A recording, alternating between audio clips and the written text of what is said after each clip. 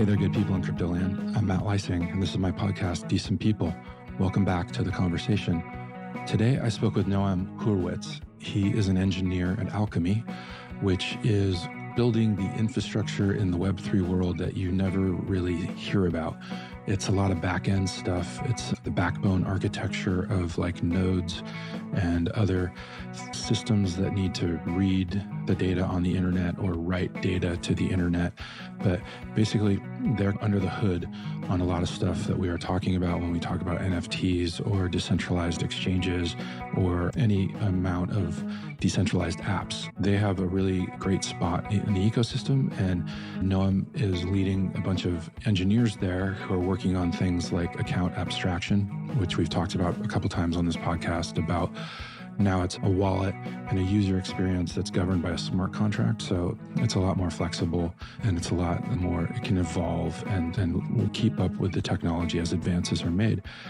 So we talked with Noam about his time at Pomona College, how he loves Los Angeles. We talked about some good burgers in Venice Beach, where he worked for Google for a while. And we talked about what are some of the impediments to getting more people into crypto and getting them on chain. So with all that being said, let's get to the conversation. Thanks as always for being here and for your support. I hope you enjoy it. Hey Noam, how you doing? I'm doing well, Matt. Thanks for having me. Yeah, this is great. I've been excited to talk to you. I always like talking to folks at Alchemy. I've known Nikhil and Joe, the co-founders there, for a long time. I've written many pieces about them, especially back in the day when you guys were raising money like hand over fist. I think before the bear market, you guys were worth something like $70 trillion. Is that, I think I'm ballpark? Yeah, 75, I believe it was. Yeah, 75 close. Was the top. Yeah. But yeah, I've read a lot of your writing and excited to chat. I know you've also spoken with a few of my coworkers and a few of the teams that we work with. Pretty wide-ranging coverage.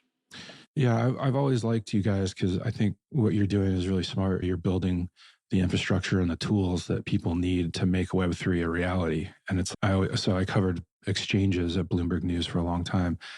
And I always thought, if you could get something like that, like an exchange where everybody has to come and buy and sell, and you don't really have to do anything. You just have to, I shouldn't say that, it's not easy, but it's a great piece of infrastructure that's completely necessary. And if you can be the person that has that and makes money from it, it's a great idea. It's I think Joe or Nikhil, they always say the picks and shovels, right? Is what you guys want to be providing. Yep, exactly.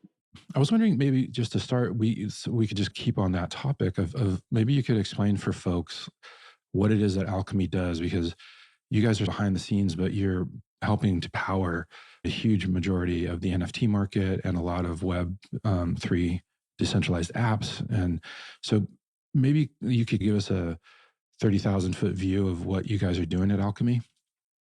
Sure. So we're the leading Web3 developer platform. We power a lot of the EVM ecosystem and have supported other environments like Solana and in the past, environments like Flow. You can think of Alchemy's three main focuses across three axes. So there's core node infrastructure, which is a node is a point on the blockchain network, which is how you access the network, get data from it, and send transactions to it. And doing that reliably and scalably so that the developers don't have to worry about this touch point in order to facilitate and build blockchain applications. It's like the backbone of it? That's the backbone of everything, exactly. Yeah. That is the blockchain infrastructure itself.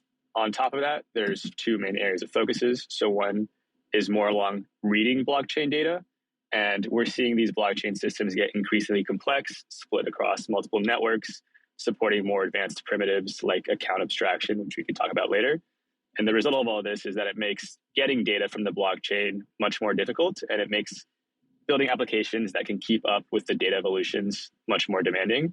And so we're building out infrastructure that makes getting this data easier and simpler to build apps around, regardless of whether they're multi-chain or relying on complex primitives or even relying on off-chain data. So that we think about as the read path. And then the third piece is the write path of how do you safely send and effectuate transactions to the Ethereum blockchain and other EVM blockchains, and in parallel, improve the user experience, which has been a notable point of conversation around some of the limitations of blockchains. And so how do you provide a seamless UX with security and self-sovereignness and building out infrastructure that allows developers to build those types of user experiences. Yeah, we're definitely going to get into that, the user experience. I think that's a really important and interesting part of what you're doing at Alchemy. As you were describing all of that, it made me wonder if all of this stuff is too complex. Is it, in your opinion, too complicated, or is that just the nature of how it's being built because it's a distributed system and people from all over the world are working on it? Or I don't think it's too complex, but I'm just curious, like by design, if you had to do it over, would you make changes to the way that things are working today? That is a very big question. So my background's in engineering, and I think complexity is one of the roots of all evil in engineering systems, and unbounded entropy can make or break technical products. And I think overall, the Ethereum ecosystem has done a relatively good job of being skeptical of adding complexity into the protocol and making sure that it's grown responsibly. That said, to your point, the complexity has grown a lot over the past 3 years in crypto, and we'll see. I do think it's on a sustainable path moving forward. Yeah. Yeah, I was looking through your Twitter feed and I think you reposted something. It was a funny joke about, you were talking about account abstraction. And you're like, if you ask anybody on the street, what do they think about crypto? They say, this account needs more abstraction. And I thought that was funny. Yeah, that was a good one. I think like parallel to the complexity comment though. So complexity is tough as an engineer to wrangle, but on the flip side, I think if you look at a lot of the very polished applications, products, user experiences out there, it turns out that to make a very simple user experience is much more demanding for the engineers on the back end. So on the infra side, generally, like the more complicated and robust and granular the infrastructure level, the more levers you have at a product level to build your ideal flows. And so there's this kind of trade-off between complexity of infrastructure and complexity for users. And right now, there's a lot of complexity for users that makes it more or less untenable for most of the population. And so it's an acceptable trade-off to add complexity at the infrastructure level in order to address that. Yeah. And yeah, we'll get into that. I think account abstractions is one of those ways, right? Because what that means basically, and I've been talking about this on recent episodes, so hopefully listeners are caught up, but it's a new way of designing a wallet that is based around a smart contract, right? It's got a lot more capabilities and it's a lot more flexible. Is that how you would describe it, just real broadly? Yeah, it's flexible. And I think one of the core concepts for me is that it's extensible, and that for the past few minutes, we've been talking about how much crypto is evolving, moving quickly, and legacy accounts on Ethereum called EOAs are what's called hard-coded. So they can't really change unless you update the Ethereum protocol. And all they do is validate your balance and validate your signature and check this thing called a nonce, and that's it. But with contract accounts, you now have a system that is programmable, meaning it can meet the market where it is today, but you can also program updates to have it keep up with evolvements in crypto and meet the market where it is tomorrow. So this extensibility to me is key given how fast the whole space is evolving. Yeah, that's a great point. It's an evolvable piece of code. Let's go back a little bit first here. And I'm going to guess that you're a native of LA. Is that right? I'm actually not. So I moved to the Bay Area from Israel when I was young, and then I grew up mostly in Palo Alto. Oh, okay. And then you went to college in Pomona. I did, yes. Yeah, which is, for people who don't know, that's like Eastern or Inland Empire kind of area of Southern California. From a young age, were you always into like engineering topics and like math and science? Did you just gravitate to it, or how did you get interested in this stuff? Yeah, totally. I think moving to Palo Alto when I was young was pretty formative there, that it was on the bleeding edge of Silicon Valley as it was exploding onto the scene. And I was always exposed to like the latest and greatest of these concepts.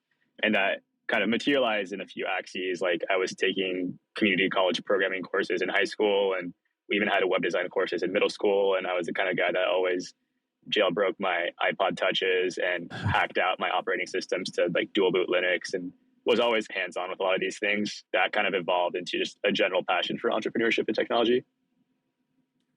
What do you think it is about that appealed to you, like from such a young age? Was it the way you could change things or maybe improve them? Or was it the kind of certainty of technology? Or what do you think drew you to it? It's a good question. I think for me, it was in large part kind of my creative outlet. Like I was never a painter or a musician, but you can just express creativity in the way that you build, design, and ship software, and build little projects that are just personally satisfying in a way that kind of filled that void for me. Okay. Early on, okay, you're at Pomona College. Tell me about this project you did. It was called Snakes on a Hyperplane. You did your research. Snakes on a Hyperplane was my sophomore year hackathon project I did with a group of friends. And we built a multiplayer 3D snake game. So you could go to the website, join the game, and you'd be one of many snakes on this cube.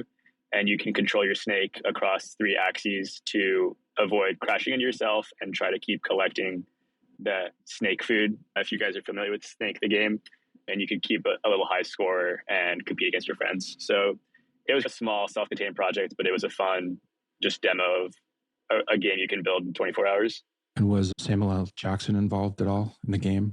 Was he? No, but I'm sure we quoted him a lot in our presentation speech. Okay. But then it sounds like that game Slither. Is that sort of what you were talking about?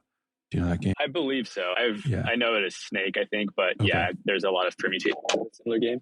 Okay. So what was it like out of Pomona? Did you like that atmosphere? What was that sort of college experience like for you? I loved it. There were a few things that I really liked. One is Pomona is actually not what you would call pre-professional. So it's not necessarily geared at getting you to the workplace more than it is geared at getting you to grad school. And I think the second order focus of that is that it's slightly more academically oriented. And a lot of the classes were abstract. So there's like a difference between what I would say is programming, computer science, and computer and software engineering. Software engineering is what I do now more often of, hey, how do I build real live systems? But the focus of most of the classes I took at Pomona were more theoretical in that. It's like, what are the limits of what you can and can't do with computing? Like, how do you formalize programming languages? What is the supporting math for all of this? And I think my biggest takeaway was just like being able to reason comfortably with abstract topics, which now translates well. Now that I'm a trained engineer for multiple years in the workplace, I'm still comfortable in reasoning around big ambiguous problems and then breaking them down into more concrete sub-problems. So that was one thing. And really the other thing too is Pomona is a liberal arts college. And while I was a STEM major, I ended up taking a lot of humanities classes, especially around philosophy. And I think similar to abstract thinking, I think it honed that from a qualitative edge, but also really drilled into me good writing practices, which now I think in a fast moving environment are critical in being able to just articulate and communicate ideas distinctly. Yeah. Do you have a favorite philosopher? I don't really. I recently reread, she's not really a philosopher, she's more of actually a journalist, but Hannah Arendt, I thought, and Eichmann in Jerusalem was a great book. Would recommend. Yeah. One of my favorites is George Berkeley. He's actually who Berkeley is named after. We mispronounce it. He was an English philosopher, and he basically argued that there's no way to prove anything that we're actually here. Like it's just, and so it's one of those. For a college sophomore, that was like, yeah, I'm going to wrap my head around that. Yeah. Is that like the only thing you really know is about your own consciousness? Descartes is really known for more of that, but like Berkeley he wrote a whole book on it, and it was basically just, there's no way that we can prove that any of this is real. That's why I stick with STEM. It's very fungible. Yeah, for sure. And then not soon after that, you started working for Google, and I noticed you were working down here in LA for them. Yep, that's right. So while in undergrad, I actually interned with them 3 times and got to experience a few different teams and engineering practices and cities. I was in Mountain View, New York, and Tokyo. And I always appreciated the flexibility of location they offered. And I knew I wanted to stick around LA after graduating honestly, for me, it was like the weather and the proximity to the beach and the ability to be outdoors a lot. Mm-hmm. And so joined Google in Venice and worked there for a few years on the Google Drive team. Yeah. All right. So just a quick side note. What's the best burger in Los Angeles? That's a good question. I'm not a huge burger guy. I'm not the best person to ask, but there was a good dive bar in Venice called Hinano's. It's not a good burger, but it's an amazing dive bar and just exactly the ambiance you want from it. Yeah. I love that place. Yeah. I just took my boys there the other day. We had to eat outside, of course, because they couldn't go in. But yeah, it's got sawdust on the floor. Yeah, it's filthy. Yeah, exactly. Yeah. Yep. All right. So I noticed it was interesting. It seemed like you talked about Google. It seemed like you had a very similar role there with what you're doing at Alchemy, which was a different type of system, but you were just basically working on scaling like the Drive system, the Google Drive, and other attributes that feed into the Drive system. And that sounds like kind of Alchemy is asking you to do a very similar thing. Yes and no. I think my biggest takeaway from that experience at Google was learning how to design systems for over 1 billion monthly active users and then build them from the ground up, which kind of shows you what excellence at scale looks like and gives you a good North Star to evaluate certain design decisions to make sure that they support you for what you need from a product perspective now, but can extend as your product grows. And I think that really is one of the crux of the problems being solved on blockchains today is we have what's called a Byzantine resistant distributed system. And right now it can probably handle on the order of maybe hundreds of thousands or low millions of users. And if we want to make this planet scale, what design decisions need to happen in order to facilitate that kind of scalability? Yeah, can you maybe expand on the Byzantine part of that equation? Because I hear that a lot, but I think it's an interesting thing, but I would love it for listeners if you could try to just break that down a little bit. For sure. I actually learned this piece of trivia this week, but it comes from when in the Byzantine Empire, there were sentry towers along the borders and they signaled to each other with flames. And so if you saw a flame, it's a warning that something's happening and these towers could communicate with one another with these flames. And the idea of Byzantine resistance is what if a tower gets taken over by a hostile? Like how tolerant are we to multiple of these towers being enemy operated and still consider our borders secure? And in the same way, Byzantine resistant now in computer systems means, hey, given this distributed systems, like what pieces can be controlled by external or even hostile adversaries and our system still performs correctly, which is effectively what you want a blockchain to be. For example, in Ethereum, as long as a sufficient number of participants are behaving honestly, the system is behaving honestly. And that means it's tolerant to a malicious attacker coming in, running a bunch of validators and trying to take over control of the Ethereum blockchain. Yeah. Like you just said, it's about whether to trust somebody, right? Or not. It's about Byzantine resistance is the property of a system to behave correctly in the face of hostile adversaries operating parts of it. So it's actually like a lack of trust assumption. Can we make sure this is still trustless? And that's what you're saying, to connect that to the larger Ethereum ecosystem. That type of system is hard to scale. Am I connecting those correctly? Yeah. So like at Google, for example, Google operated every piece of infrastructure on the Google Drive system. Right. And so we didn't really have to have design decisions that said, okay, what if some of these servers got taken over by a hostile adversary? That's just not a design consideration to make. Not an issue because it's centralized, right? And you're in control of everything. But on Ethereum, that's not an assumption you can make. And that has pretty direct trade-offs with how you scale systems today. Yeah. That just comes with the nature of a blockchain system, correct? You can't really get around that. Yeah, that's the trustless nature of a blockchain, is anyone can participate, including hostile adversaries. But it seems to me like, just in big picture stuff here, I don't think we've had a problem with that. Have we in like major blockchains? I know, like, for instance, Ethereum Classic has been taken over several times, but I wouldn't consider that a major chain. But like the big ones, has that ever really been an issue? Not in terms of any sort of anyone trying to take over the chain, as far as I know. And I think a big reason for that is just the system has scaled from a security perspective to the point to the cost of doing that is prohibitive for most all actors. Yeah. And is another part of that on Ethereum, at least, what are there 7 different language, or what do you call them? Node client implementations. Yeah, the different clients. Aren't there something like? I think that's part of it. It's a slightly different security model. That would be called a supply chain attack, where if someone was able to sneak in some risky code to one of the clients, would that have the ability to take over or take down Ethereum? And that's actually a metric that's pretty closely tracked by the Ethereum community, is like, what's the distribution of client implementations being run, and trying to avoid any one client implementation being dominant to the point that any issue with it could affect Ethereum. It's not a perfectly uniform distribution. Like, there are still much more popular clients than others, but it is a component of Ethereum's resilience to these types of attacks. And I remember being amazed that during the merge, that all of those different clients were just seamlessly moved over. And it's just, God, that was so complicated, but it was done so expertly. That was really amazing. Absolutely. Tip of the hat to the whole Ethereum Foundation and the core teams involved in engineering that. It was a really impressive piece of engineering. Are you a part of the ETH core devs team?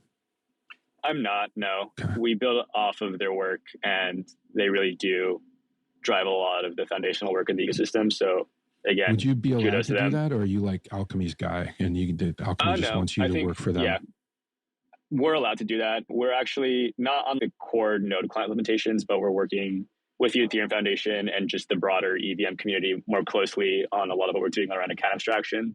We actually open sourced, not a node client, but you could think of it like a meta node client called a bundler that facilitates account abstraction. And that's based off a spec from the Ethereum Foundation. And we actually published our own, what's called EIP or ERC, which is like Ethereum improvement proposal or Ethereum request for change that like defines a standard for certain operations in account abstraction. We've been working with the EF on that. And we had our first all core devs community call this week for that topic. Yeah. Okay. Maybe we could jump into that for a second here and get a little bit more into account abstraction. Not a great name. I've been saying this a lot lately. I wish that Ethereum or the blockchain, quote unquote, had a PR agency where they could go through and do some branding upgrades. But like we were talking about before, the account abstraction it gives a lot more flexibility. And like you said, it's something that can evolve as the technology improves. But there's another layer to it right there tell me if I have this right. It sounds like the hope here is that this will make it. So I guess we have to back up one sec. Like the current wallets, like you were talking about, the hardwired wallet system is clunky and it's scary. And if you screw up, things can get really bad. So I think that's pretty widely accepted as a big barrier to entry for a lot of folks to get into crypto. But then account abstraction sounds to me like it's something where the hope is that people will start using more like an app on your phone as a wallet, and you won't even necessarily know the blockchain mechanics that are behind the scenes. Am I describing that correctly? I think that's accurate. I think my personal litmus test here is, do I see my mom using this application? And for pretty much most all crypto applications now, the answer is no. Like I'll gladly push her to something like Coinbase, which is centralized and can provide a secure UX, but is not self-sovereign. But I wouldn't necessarily ask her to go set up a MetaMask and then try to swap her assets on Uniswap. I think that's just generally not the kind of user experience that she's expecting to have on the internet right now. And where this is going is, I think right now there's this distinction between crypto companies and companies. And you saw this with the internet too. 30 years ago, there were internet companies and regular companies. But now every company is an internet company. You just don't really call it that. But pretty much all companies provide some value to their users on internet rails. And the idea here is, how do we build towards a system where all companies become crypto companies, and you don't actually need to know that they're powered by crypto or even understand what crypto is under the hood. And you're not really exposed to any of the nuances of crypto, but you're getting value as an end user by some application that is built on crypto rails. And so moving towards that kind of future where the actual infrastructure itself is entirely abstracted away from the end user. Yeah. And so can you paint a picture for me? Like, how would that work? Is it like an app, more like an app interface, like I was saying, or something that your mom would feel comfortable using? Yeah. Our core thesis right now is you have this concept of a wallet in crypto, and it like pops up every time you want to take a crypto action and gives you this hex string that you have to sign. And like you said, there's security implications and recovery implications and all these things. And we want to build like a cohesive platform that makes this wallet feel invisible. And so value should accrue to the application level. Application developers should be able to provide value to their end users with their applications. And the action of authenticating with a crypto-based identity and transacting on internet rails using crypto infrastructure should be available, but invisible to the end user. So it could feel like, hey, I'm signing in with my fingerprint, or I'm sending my family overseas money, or any number of actions. Like, here's my government issued driver's license as a decentralized identifier, whatever it may be. That's all available to them in a secure manner, in a recoverable manner, in a way that like prevents malicious users from being able to take over their account or their assets, and still in a self-sovereign manner. And so solving that triangle is difficult. And the through line there is making the overall experience of the wallet invisible. Yeah. And is that, I notice, I don't know if it's Alchemy or just a general sort of thing, but I keep hearing people say that we're going to do this for the next billion, or to onboard the next billion crypto users. And I guess I would say I'd be happy with 10 million right now, because I think in terms of active users, I don't think it's above 3 or so, maybe 4 million a day. It's certainly quite low. It's not going to be the flip of a switch. I think for truly to get a billion people on chain, there's a lot of threads that kind of have to converge in parallel. There's obviously the UX component of it, of like, how do we make these experiences easier to use for the masses? There are components that are less solved, like privacy on chain, and how do you have partial privacy so that you can't really see exactly what I bought on Amazon. There's the scaling component that we talked about a little bit earlier, but how do we scale the system to truly handle the volume of a billion daily active users? And then there's like a lot of second order problems that start arising when you peel off these top level problems too. Mm-hmm. What do you make of the market right now, like in terms of enthusiasm? And I guess I'm more interested in what you think about like public sentiment about blockchain after FTX about a year ago blew up, and then we just had the trial and the guilty verdict. It's all been pretty bruising. How are you getting through that, and where do you think things stand in terms of more concrete progress that you're seeing or lack thereof? Great question. Definitely made for some less fun Thanksgiving dinner conversations last year. I guess I can expect to run back this year given the verdicts. But I think on one hand, it definitely set back public perception meaningfully by several years in terms of how people perceive crypto and Web3, which is unfortunate. On the other hand, I think combined with the like deflation of the last bull market, a lot of the less savvy or moral actors have left the space. I think like all technology bubbles, there was like all new technologies, there was a bubble here. And the difference was this bubble was immediately hyper liquid, which just set a lot of bad incentives for a lot of folks. But now that a lot of that's gone, the core developers in the space are much higher signal, building on real roadmaps, and are anchored on long timelines for making this a viable technology, to the point that conditions and sentiment on a year-over-year basis are not huge in terms of impacting that outlook. Yeah. Do you think like account abstraction, I've had it described to me by other people as one of a few building blocks. There's multi-party compute is another one. And there's a few others that have been described to me as these are great foundational pieces of technology that we now have and that are out there in the open, so that, and then to build on top of them is what's really going to get exciting. Do you share that sort of view? Yeah, 100%. There's been developments of really powerful primitives over the years. And I think even beyond like blockchains themselves, a lot of this just promotes end user ownership of private keys, which I think is really valuable. If you look 10 years in the past, there were the cypherpunks who had their like private public PGP key pairs listed on their websites. And that was like roughly it in the extent of who owned a private key. But there's a lot of advantages in just like distributing this type of cryptography around like attestations and being able to land things like zero knowledge proofs that can unlock things outside of blockchain systems too. So generally excited about those kinds of developments. Yeah, and I was just writing about this today for our newsletter. The Simpsons just did an episode on NFTs, and I think, oh boy, it's not a whole episode. It was the Treehouse of Horrors, so it was like about a 5-minute where Bart gets minted as an NFT by Homer by accident, and he's now on chain. So Marge has to go into the blockchain and rescue Bart. But yeah, they take some digs at it, of course. But I also thought that's cool. It feels like acceptance, where it's something to be made or it's worth making fun of, which I don't know.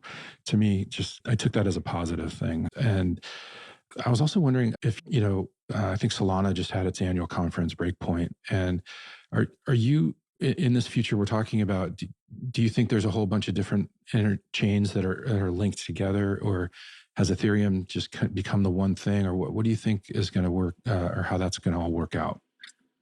It's a great question. I don't really think we'll ever be in a state where there's one virtual machine that rules them all. And for example, Ethereum and Solana make very distinct trade-offs, and depending on what you need, you might select either side of that trade-off.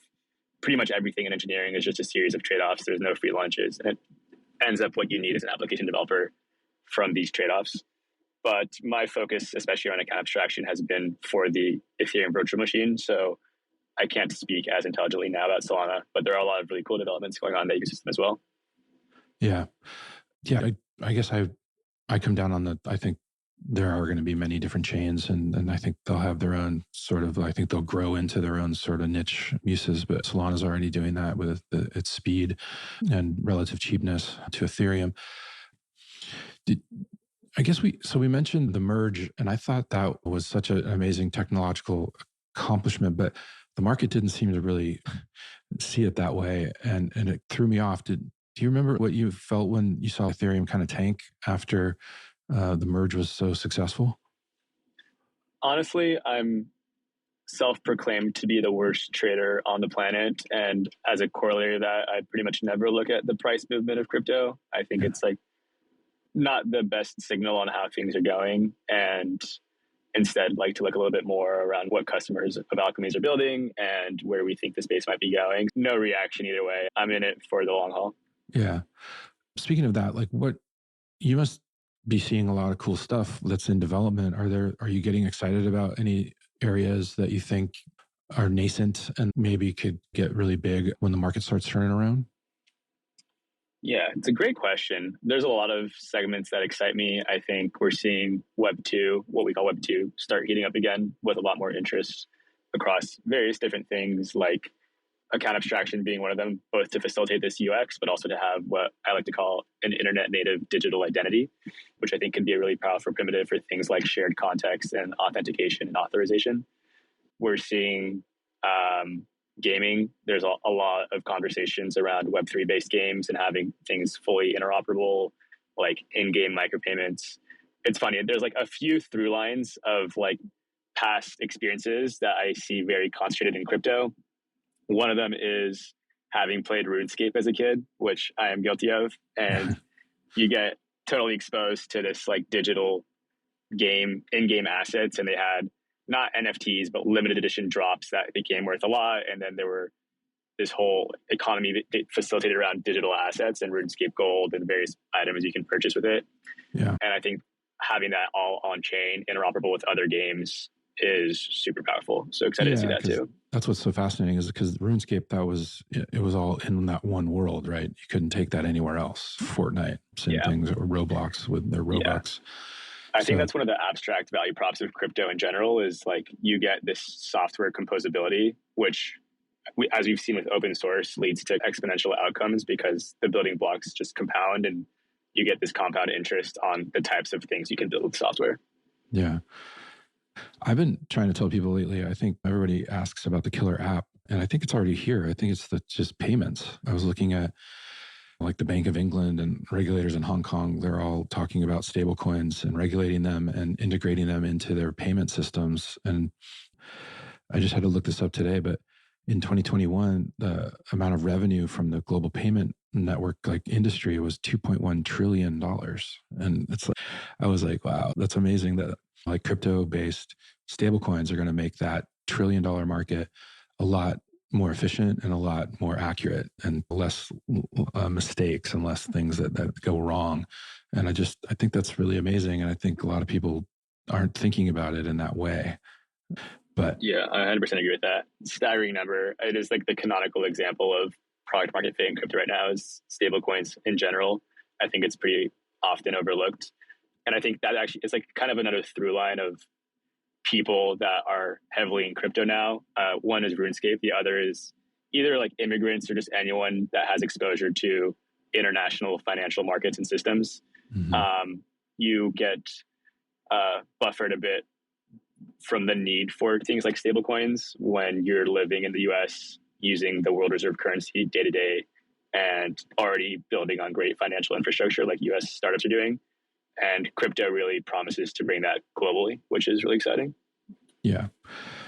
Yeah, I think that's the value proposition of Ripple, right? And XRP, even though I don't think they ever had a chance of unseating the world's biggest banks in the correspondent banking market. But the idea of creating these global rails that are crypto based and can transfer value within minutes and right away, whether the transaction failed or succeeded, that's huge. And I think I think that from that, it's going to just trickle out, I think, and people are going to start getting used to it a little bit more if it's now a digital dollar rather than electronic money like what we have today. Yeah, pretty much every time I need to renew my conviction in crypto, I go and try to send a wire to someone, and they're like, yes, we need this. Yes. Noam, this has been really fascinating. Thank you so much for all your insight and sharing your story with me. Maybe just tell folks how they can get to know more about you, or if they want to know more about Alchemy and what you guys are up to, how to find you guys. Yeah, absolutely. Best way to reach me is on X, or the platform that used to be known as Twitter, @probablynoam. And for Alchemy related stuff, you can check out our website, alchemy.com. We have a learning center for all things account abstraction. So that's alchemy.com/learn/account-abstraction. And you can also see what products we're building in the space and all of our open source software there as well. All right. That's awesome. Yeah. Hey, Noam, thanks again. I really appreciate it. And best of luck with everything you guys are doing over at Alchemy. And say hi to Joe and Nikhil for me if you see them. Absolutely will do. Great chatting. Okay. Bye-bye. That's it for this episode. Thanks for joining us. And don't forget to rate and follow this show on Apple, Spotify, and Amazon Music. Decent People is a production of Decential Media. It is produced by Matt Bogart with music by Brian Duncan and Kareem Imes.